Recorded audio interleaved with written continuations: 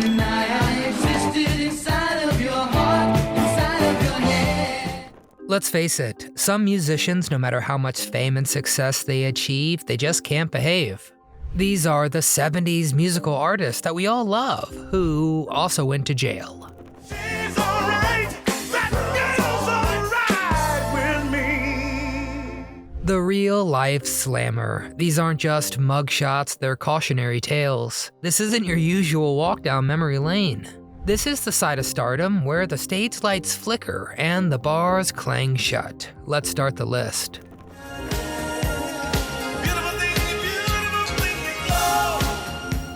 David Ruffin, the temptation he couldn't escape. David Ruffin wasn't just another singer, he was the voice. The moment you hear, "I've got sunshine," your brain fills in the rest. I've got sunshine on a cloudy day. Unmistakable tenor lifts you into another world. At the height of his success with the Temptations, Ruffin was smooth, stylish, and magnetic. Sporting those thick glasses, tailored suits, and a stage presence that could command a room full of screaming fans. But I don't understand, so I'm leaving.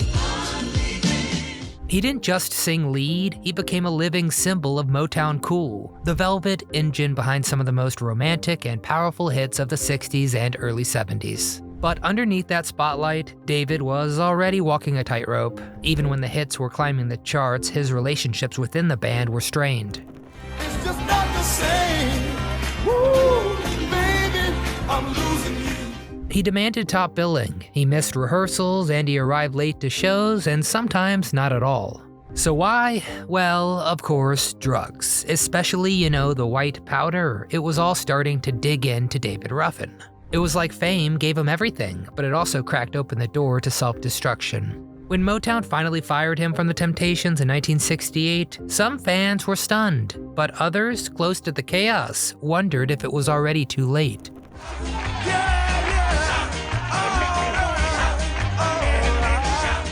Now, his solo career actually kicked off with promise. Songs like My Whole World Ended the Moment You Left Me proved he still had a lot of magic. But the discipline was gone. Addiction wasn't a side note, it was now the main plotline.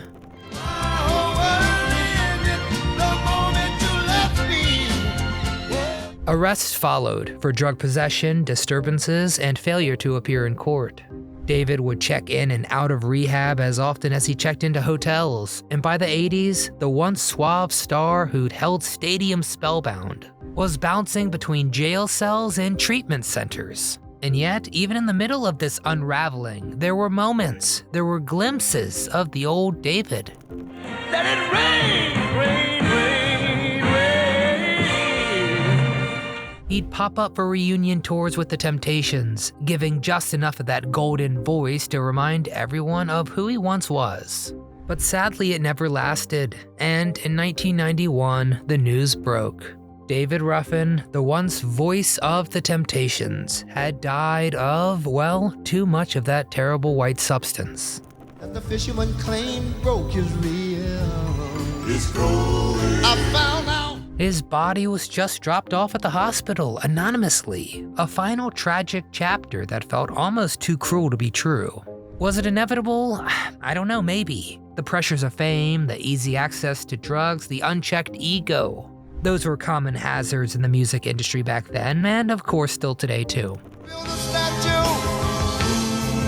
and build it high. But what makes Ruffin's story stand out is how visible the cracks were even during his peak. He didn't hide the chaos, he carried it with him like a second shadow. So, thanks for the memories, David. Thanks for the tunes. I'm sorry your song ended in such an unremarkable and sordid way. Rest easy, man. Oh, it's all on your face. Someone's taking my place. Billy Preston, the fifth Beatles fall. Billy Preston had a light in him that radiated from the stage. He wasn't just a keyboard player, he was a one-man musical storm. There was a man who thought he was a loner, but he knew it wouldn't last. Grinning behind his Hammond organ while laying down the kind of grooves that made even the most legendary musicians stop and stare. When the Beatles, possibly the greatest band of all time, were crumbling under tension in 1969, it was Billy who stepped into the room and, for a while, brought joy back to the studio. And that's why some called him the fifth Beatle. Billy Preston wasn't just playing music, he was lifting spirits. There will be an answer, let it be. His own hits in the 70s, like Will It Go Round in Circles and Nothing from Nothing, felt like pure, unfiltered energy. At the peak of his fame, Preston was everywhere. He played with the Rolling Stones, Eric Clapton, and Ray Charles. He had charisma, he had the musicianship, and he had respect across all genres, a rare triple threat in an industry obsessed with image. Like he's a DJ on the radio show. Listen to everybody knows, call me double O. He even made history as the first artist to top the Billboard Hot 100 with a song featuring only a keyboard solo. But what no one could see through the spotlight was that Billy was also hurting. Raised in a strict religious household, he struggled silently with his identity, his trauma, and the crushing weight of expectations. In my hour of darkness, there's a light that shines upon me. The pressures he faced as a young prodigy, they never really left him.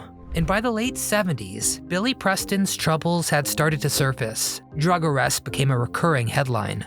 He was sued for failing to pay taxes and accused of breaking contracts. Then came the most serious turn. In 1991, he was convicted of insurance fraud after setting fire to his own home to collect the payout. Behind bars, the image of the smiling, joyful performer faded into one of regret and isolation. That's the way God planned it. That's the way God wants it. He served the time, and he quietly tried to rebuild his life afterward, but the world had largely moved on. Billy's fall wasn't sudden, it was a slow erosion. You look at the photos from his heyday, decked out in shimmering jackets, surrounded by legends, and you'd never guess what was bubbling underneath. Nothing from nothing, leave nothing. You gotta have something. The loneliness, the identity crisis, the quiet pain that no Grammy could ever remedy. His genius was very real, but so were his demons. And this might be one of the most tragic juxtapositions we'll see today. A man who brought people joy wherever he went, yet he couldn't find lasting peace for himself. But strap in, because we're only getting started. I really wanna be with you. Chuck Berry, jailhouse rocker, literally. Chuck Berry wasn't just a rock star, he kinda was the blueprint. Long before the British invasion, before Elvis shook his hips on TV, Chuck Berry was fusing blues, country, and poetry into a brand new sound. People coming from miles around to hear you play your music when the sun go down. Johnny B. Good, Roll Over Beethoven, Maybelline. I mean, these songs didn't just top the charts, they kinda created them. And even into the 1970s, well past the peak of his initial fame, Berry was still packing nightclubs, playing to generations who revered him as the man who made guitars talk. Talking something, you gonna be a big man. You'll be the leader of a big old band. In his trademark sailor cap and duck walk stance, he still looked every bit the legend. But Berry was no stranger to controversy. Long before his 1979 tax evasion conviction, his run-ins with the law were infamous. In the early 60s, he served time for transporting a 14-year-old girl across state lines. Later on, he would face more lawsuits, brawls, and business disputes, but still nothing seemed to slow him down, not until the IRS came a-knockin'. Never ever learned to read and write so well, but he could play guitar just like a radio bell. In 1979, he was sentenced to 4 months in prison and 1,000 hours of community service for failing to report income. And this time, there was no guitar solo to play him out, just a hard lesson in financial accountability. It's a strange sight to imagine. Chuck Berry, the godfather of rock and roll, trading a stadium stage for a prison jumpsuit.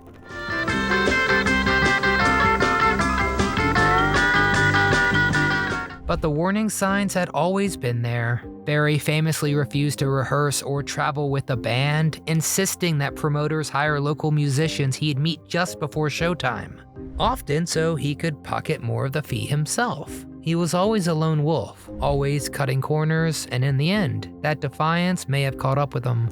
Over in the evening when the sun is sinking low, all day I've been waiting for the twist of chocolate. Was his fall from grace as dramatic as some of the others? No, maybe not. But there's something especially tragic about watching a pioneer, someone who built the very road everyone else followed, getting tripped up by the most mundane of sins, unpaid taxes. And yet, trust me, some of the musicians we're about to cover didn't just get audited, they got erased. Stay tuned.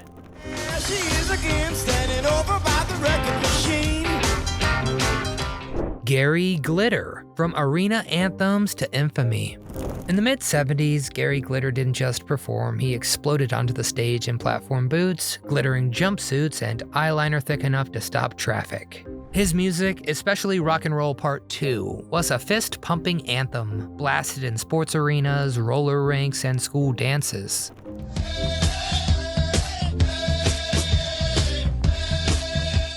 It had no real lyrics, just a pounding beat and the shouted "hey" that seemed to electrify every crowd it touched. And for a while, Glitter was more than a pop star, he was a sensation, the glammed up face of British rock excess, embraced even in the US, despite his unapologetically over-the-top style.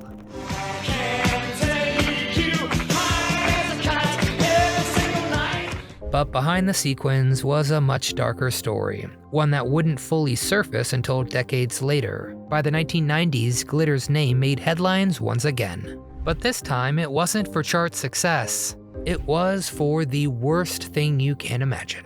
In 1999, he was convicted for possessing thousands of images of child abuse. That's all I can kind of say. And that's just the beginning. Over the next several years, he faced charges and prison time in multiple countries, including Vietnam.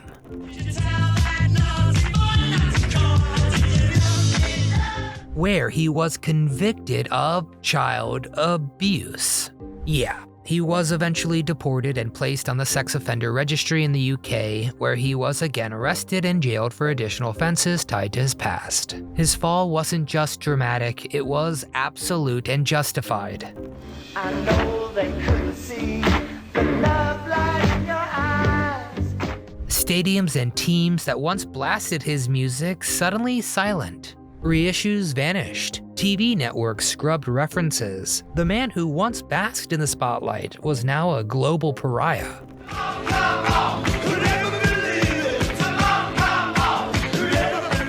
And unlike others on this list, there's no sense of a misunderstood artist or a preventable spiral. Just a series of grotesque decisions that destroyed lives and permanently erased his legacy.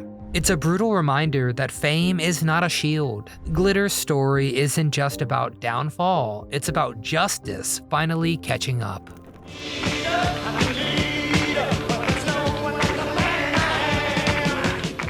Jim Gordon, drummer with a dark secret.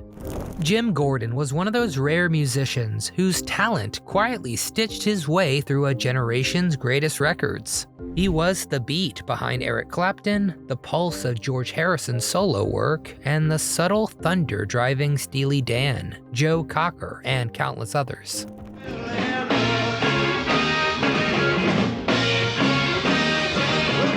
Most famously, he co-wrote the unforgettable piano coda to Layla, a haunting, tear-stained piece of music that still sends shivers down the spines. On the outside, he looked like the ultimate success story. Cool, professional, and always in demand, but inside, something far darker was brewing.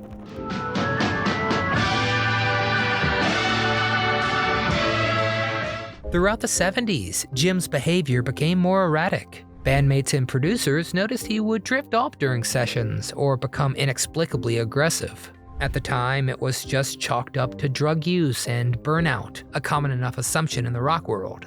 But Gordon was quietly battling undiagnosed schizophrenia, hearing voices that told him to do really terrible things.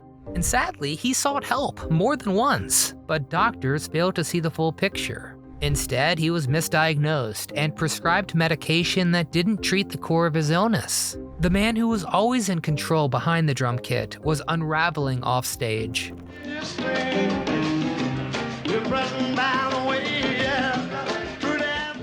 And in 1983, tragedy struck.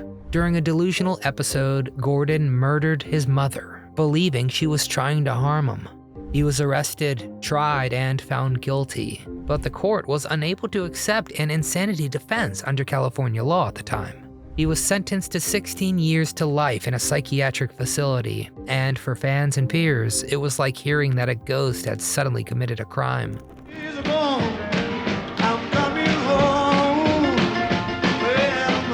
Because Gordon had been invisible for so long, his name tucked into liner notes and stage credits, that many didn't even realize he had vanished. Personally, I think there's a lot of deep sadness in this Jim Gordon story, not just for the crime itself, but for the years of suffering that led to it. His mind was both brilliant but so broken, and the systems in place never caught him in time. He didn't go broke or chase fame into a ditch. He fell into a silent, lonely war that no one could see.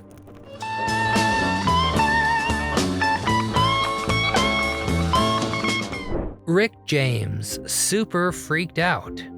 Rick James wasn't just a funk star, he was a force of nature, bursting out of the late 70s like a glittery, leather-clad comet.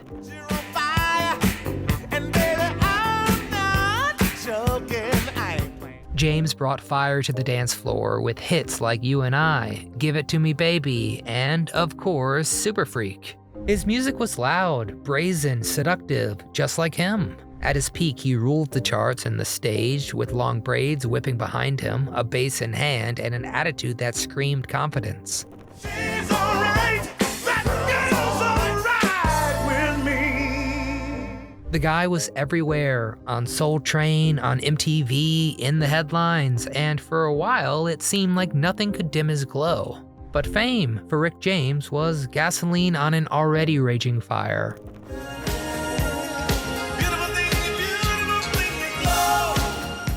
His appetites were colossal, for drugs, for women, for chaos. The white stuff, it became his constant companion, fueling erratic behavior, wild outbursts, and a growing rap sheet. The party never stopped, and eventually it became impossible to tell where the stage persona ended and the real man began.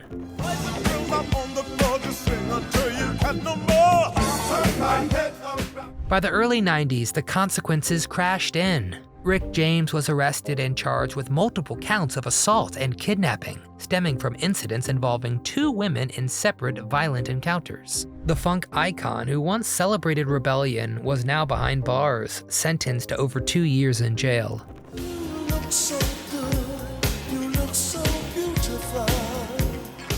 It was a shocking turn, even for those who knew he lived on the edge. The courtroom scenes felt like a different world from the music videos in sold-out arenas. James tried to make a comeback after his release, but the magic never fully returned.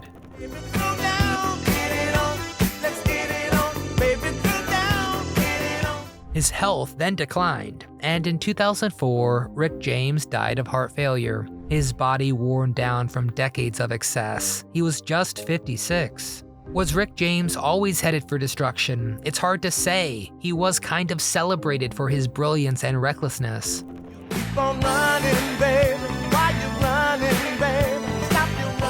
But in the early days, it felt like he had the world dancing in the palm of his hand. Rick James, his downfall was as loud and unfiltered as his music. I really love to chase her every time we meet. She's Leif Garrett, teen idol, adult trouble. In the late 70s, Leif Garrett was everywhere. With his feathered hair, gleaming smile, and soulful pop covers, he was teen magazine royalty. New York City nights, you got to have 'em. New York City. Gracing the covers of Tiger Beat, 16, and Teen Dream with regularity. His hits like I Was Made for Dancing weren't groundbreaking, but they didn't need to be. They were catchy, clean, and wrapped in poster boy charm. Made for dancing. For a certain generation, he was the epitome of dreamy innocence, a pop prince who seemed to have the world at his feet before he was even old enough to vote. But while the posters stayed glossy, the reality was crumbling. Leif's fame had been carefully manufactured by adults with dollar signs in their eyes. You deny I existed inside of your heart, inside of your head. He later admitted that he had almost no say in his music, his look, or his direction. And when the spotlight moved on, as it inevitably does, he was left without guidance, purpose, or even the basic tools to navigate adulthood. Styles of cool sophistication. So of course, drugs entered the picture very early, followed by a series of DUI arrests, rehab stints, and a devastating car accident in 1979. Which, if you don't know, it left his friend and passenger paralyzed. Though Garrett wasn't legally at fault for the crash, it haunted him for years and symbolized the beginning of a downward spiral. When I think of you, I think of running on the beach castles. Throughout the 80s and 90s, Garrett bounced between attempts at comebacks and increasingly grim tabloid headlines. He filed for bankruptcy in 2001, revealing how little was left of a fortune he once represented. Yet, even in the depths of his struggle, he was shockingly self-aware. In interviews, he spoke openly about being used, mismanaged, and never truly equipped for the fame he was handed. Dancing, floating on stars, true romancing. His story is less about scandal and more about the tragedy of Arrested Development. And I don't mean his close friendship with Jason Bateman. It's about a child molded into a product before being discarded. Was it inevitable? No. When you look back at the machinery that created Leif Garrett, the handlers, the labels, the fans who demanded perfection. Faithful dancing, all night long. I think it's easy to see how the real person got lost. He was a kid. His downfall wasn't sudden, it was slow, it was public, like watching a golden statue tarnish in real time. Jerry Lee Lewis, the law's long shadow. Jerry Lee Lewis, he wasn't just a rock and roller, he was a wildfire in a rhinestone suit. I got a whole lot of shaking going on. Oh, let me go down. The moment he pounded out Great Balls of Fire in the 50s, people knew this guy wasn't playing by anybody else's rules. And he didn't calm down with age. Through the 60s and well into the 70s, the killer, he kept his career alive with a pivot to country. Like a lover should. You're fine, so kind. Racking up hits and playing sold-out shows with the same wild-eyed fury. Hair slicked back, cigarette dangling, fingers flying. He was still an electric presence on stage, but off stage, mayhem.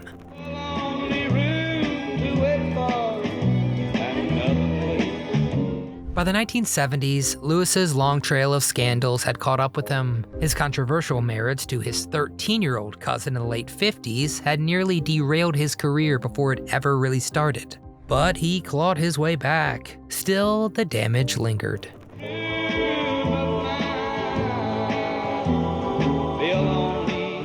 Throughout the decade, Jerry Lee's personal life was marked by chaos, gun-related incidents, multiple arrests, and constant fights with the IRS over unpaid taxes. At one point, federal agents seized his possessions, including several cars and personal items, all in complete view of neighbors and a lot of paparazzi.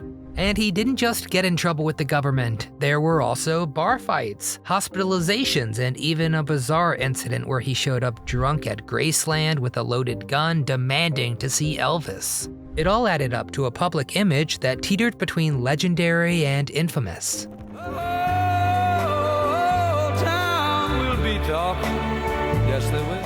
You could admire the man's piano skills, sure, but you couldn't ignore the train wreck that those fingers were a part of. And while the country charts were still pretty friendly to him, the broader music world had started to turn their backs. And by the end of the decade, Jerry Lee Lewis was more notorious than celebrated, a relic of a wilder time, both revered and feared.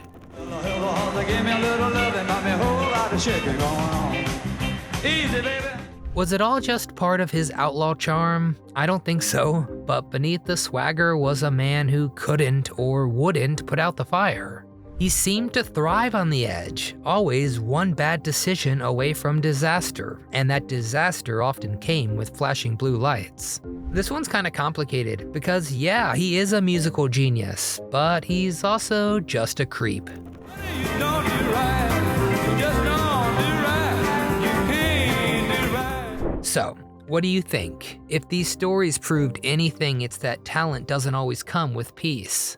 And even legends can end up locked behind bars. These weren't just headlines or scandals, they were real people with real pain caught between the pressure to perform and the chaos inside. Some got help, but some never did. And behind every arrest, every trial, every fall from grace, was a voice that once moved the world. So the next time you hear one of their songs, just take a moment, not just to remember the music, but to remember the person who paid the price to make it. So which of these musicians was your favorite? Who did you not want to fall from grace? Did I forget a musician from the 70s who had a sordid past and got locked up? Well, please get down in the comment section and tell me who. We could always make a round 2. If you enjoyed the playlist, please hit that little thumbs up icon. It really helps our channel grow. Subscribe to the channel so you never miss a trip down memory lane. But most importantly, from my entire team here at Do You Remember, we want to thank you so much for watching and have a wonderful, jail-free day.